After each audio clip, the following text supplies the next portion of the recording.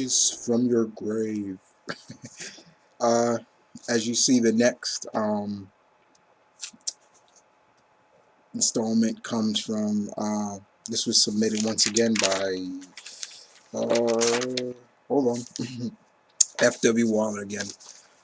Altered Beast. Another great Sega game, if in my opinion. Another game that really was fun to play. It is always on, once again, a lot of those complication collection disc games and things like that, especially for Sega. They made, I think, only one actually. So yeah, I think it's time for a remake or a new one of these games. The game was fun.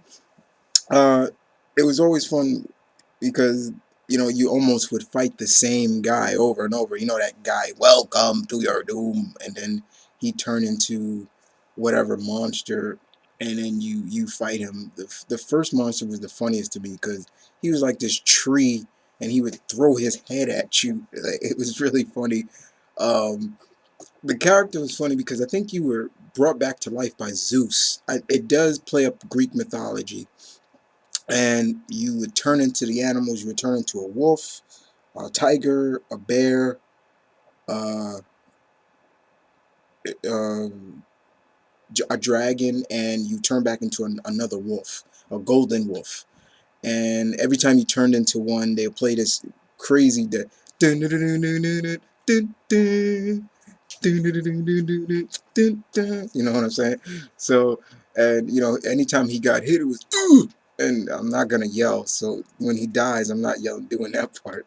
Um, but I think Sega needs to make a remake. That would really wow the fans of a classic who remember that game. The game was fun. It was really fun to play, and I really enjoyed it. And it just takes you back. You know what I'm saying? But another good choice by F.W. Waller.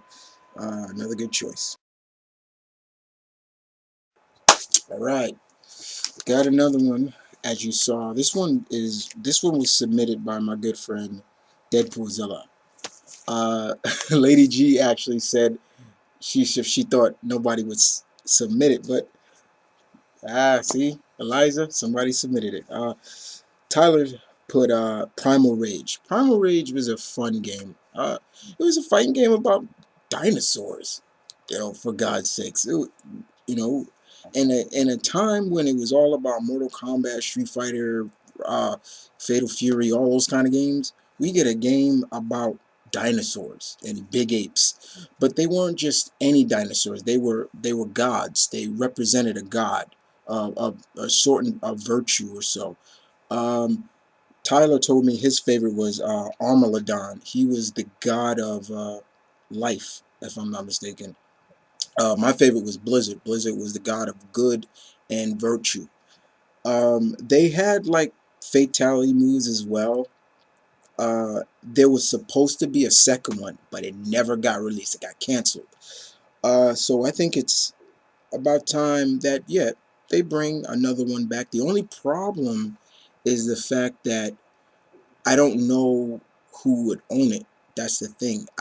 If it's still under Atari, then okay, but uh, we should see a new one. Give it a new look, a new feel. Maybe, I don't know, going dark with this would work because it was already dark, but too dark it doesn't mean, because I say it all the time, guys. Dark does not mean it's going to be a hit.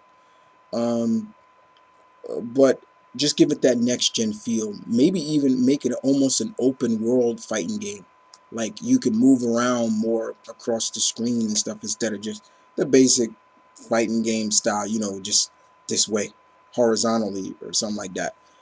Pretty much give it an open world feel where, the creatures can move around more and things like that. But it was a good pick nonetheless to think about, guys. Way to go, T. Pit Fighter.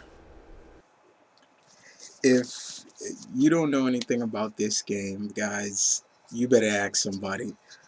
Uh, It's been a long time since I heard this game in a while. Uh, yeah, you saw the title, Pit Fighter.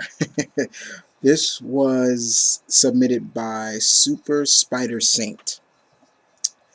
Pit Fighter was a fighting game, I guess you can call it a fighting arcade game, that used live action, pretty much how Mortal Kombat in the beginning used. So they used real live action characters.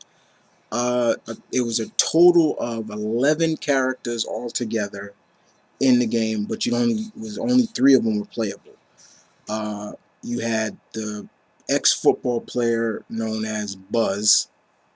You had the kickboxer known as Ty, and you had the martial arts black belt. They don't really classify what his style was. Kato. Uh, each character had a special like attack move, but it could it would lose energy. You would lose energy once you like executed it. 3 people can simultaneously be on the screen, so it was fun. Um, I a lot of the characters are really funny looking, like uh, Southside Jim, people like that. He just looked like just your average guy. Um, a remake of this would be interesting because this is another one of Atari's games. So it'd be really interesting to see what they do with this game. My advice, once again, I wouldn't go with the live action stuff because I think that's way overdue now. It it for this day and age, that stuff don't really work well anymore like it used to. So, I would definitely just go with a 3D animation look, but give it a more feel to it as well. Um, yeah, that's pretty much it. But I still a good choice nonetheless. Uh, good choice, Saints. Good choice. Uh, man, very good choice. That was fun to talk about a little bit. Rye Star. All right, guys. As you saw, this game, the next game, another Sega game. A lot of Sega games on this part. Um, it was submitted by my friend Lee, or as you all know him as Devil Knight, or as I like to call him, the artist, the YouTuber formerly known as Respect 2007. He gave us Rye Star. Rye Star was a fun game. That was an excellent game. The soundtrack was great. Um, the game was pretty much. I did my research on this game a while back about more about it, and I found out that the character Rye Star was actually at one point he was going to be like a rabbit, instead of a star-like creature. Um, the game was basically the main villain in the game was named, what was his name? Kaiser Greedy. He was taking over all the planets and having all the inhabitants obey him. So basically, the last inhabitants, before they were taken over, prayed for a hero, prayed to their goddess, and she asked one of her children, which was Rye Star, to save the planets. And it was fun. I mean, he had no guns, he had nothing like that. What he used was his noggin. He would grab you and he'd bang you, he'll slingshot into you. It was a fun game, and it never made a sequel. There was never any talk of making a sequel, but a remake would be pretty cool for this. A re-imaging or so of the game would be fun. I would take it. I definitely would take it. Pretty much keep it the way it was, an action adventure game, you know, uh, with maybe some tweaks to it. Have Rye Star do a little bit more than just grab somebody and bonk his head at them, something like that. But my favorite parts were like he would grab on like to a wheel and he could swing around and he'll just fly off like a shooting star. That's how he got to different planets. to the different planets. Each planet had a different monster boss that you had to fight. Um, but it's that game has always been in once that's another game that's always been on a lot of Sega complication disc gaming as well. So yeah, I would take a Rye Star remake. That was a good choice, Lee. Very good choice to choose.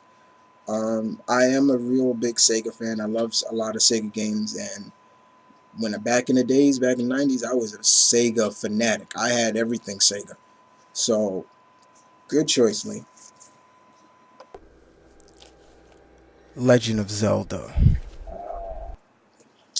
Should have known some two guys would submit this game. Yeah, another Legends, another Zelda game. Link returns again for another submit in this game. The first ever Legend of Zelda game. This was submitted by Big Rick and Blue Goblin. Yeah, Gabi. Hey, Sensei. Um, the same thing I said about the last Link game that somebody submitted. I think Visfedora and them submitted. They submitted Legend of Zelda: Link in the past to the past. The same thing I would do for once again, like I said, make if you're gonna do a remake, re-imaging of the first Legend of Zelda game, which I think to this day is still the top-selling Nintendo game ever. Uh, do it the same way they've doing the past Legend of Zelda games. You know, that open world feel, smoother graphics. You know, just keep it the same way, but just remember the the concept of the first game. You know, but just show more of Hyrule. You know, show all of Hyrule and things like that. Don't have it. You know, that little bit. I mean, because I don't think people would take a remake of Legend of Zelda with Little Link and he had to follow the path that the screen was on. Um, but yeah, nonetheless, just remake it and re-image it the way they've done, Twilight Princess and all them. No different. But thanks, guys, for submitting that, and let's move on, shall we? SpiderMan, the arcade game. Alright, guys, old Webhead is back in the countdown again for you guys. Once again, I'd like to thank all you guys for submitting. I'm going to get through all of these. I promise you. Big Planty, my friend, submitted Spider-Man the arcade game. If anybody remembers this game was created by Sega, actually. This was when Sega had the Spider-Man's license. And in this game, you played with 4 characters. It was a beat-em-up game. You played with Spider-Man, Black Cat, Hawkeye, or Submariner. I have no idea why Namor was in on that list. But it was a regular beat-em-up game, and you fought all the Spidey's rogues, Venom, Electro, Doc Ock, everybody. It was just a really fun game. Re-imaging, they kind of did re-image this game a little bit. They had that Spider-Man and Friends game in a way, but that was.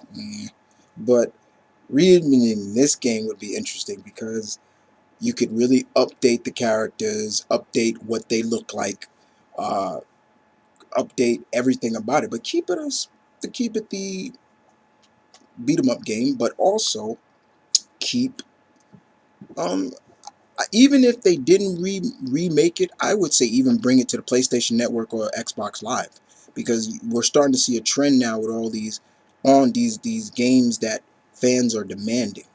So yeah, bringing Spider-Man the arcade game back would be great. I love the game. It was fun.